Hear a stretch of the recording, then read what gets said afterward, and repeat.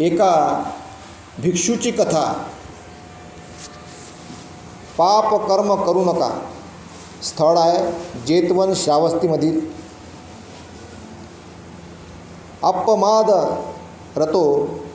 अपमादरतो भिक्खू पमादे भयदस्सिवा अभब्बो परिहानाय निब्बान सेव संतिके. याचा अर्थ असा आहे, जो भिक्षू पुण्यकर्मात लीन आहे, पापकर्म करताना घाबरतो, त्याचे कधीही पतन होत नाही. तो निर्वाणाच्या जवळ पोचला असतो. कथा अशी आहे,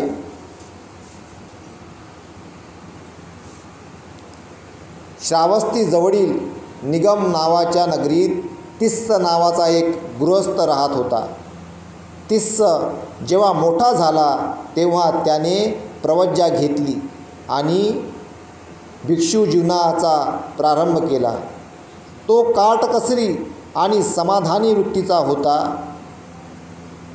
भिक्षाटन करण्यासाठी जवळच्या गावात आणि त्याच्या जन्मगावीसुद्धा तो जात होता. भिक्षामध्ये जे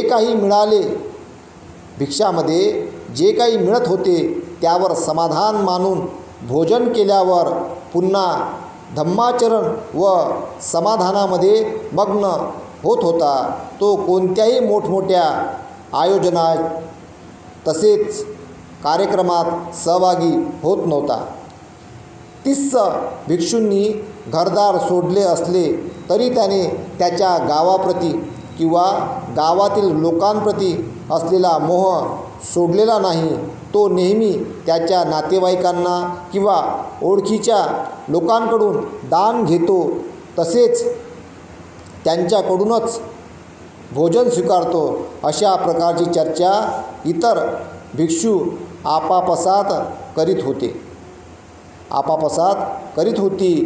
एके दिवशी इतर भिक्षूंनी तिस्सची तथागतांकडे तक्रार केली. तेव्हा भगवान बुद्धांनी तिस्सला बोलावून विचारले, तुम्ही तुमच्या गावी जवळच्या नातेवाईकांकडे जात असता हे खरे आहे का? त्यावर तिस्स स्थविरने तथागतांना वंदन करून म्हणाले, भगवान, हे सत्य आहे की मी वारंवार माझ्या गावाला भिक्षा मिळावी यासाठीच जातो. जे काही मिळेल ते स्वादिष्ट आहे की नाही हे न पाहता त्यातच समाधानी असतो आणि भिक्षाटन झाले की परत येतो. हे ऐकल्यावर तथागतांनी सर्व भिक्षूसमोर त्यांची प्रशंसा करून त्याच्यासारखे आवश्यकतेनुसार भिक्षाटन करून जीवन व्यतीत करावे. भोजन संबंधी संयम पाळणाऱ्यास 4 आर्य सत्याच्या ज्ञानाचा लाभ होतो. भोजनासंबंधी संयम पाळणाऱ्यास 4 आर्य सत्याच्या ज्ञानाचा लाभ होतो. श्रोतापती, सकुदागामी, अनागामी आणि अरहत या 4 फळांचा लाभ होतो व समस्त श्रमण धम्माचे पालन करतो. हे सांगून वरील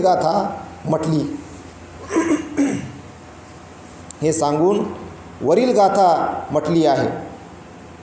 तात्पर्य, व्यक्तीने काय चांगले व काय वाईट आहे याचा विचार करून, चांगल्याचा स्वीकार करून प्रत्येक बाबतीत संयम ठेवून आदर्श जीवन जगावे असं म्हटलं गेलेलं आहे भगवंतांनी.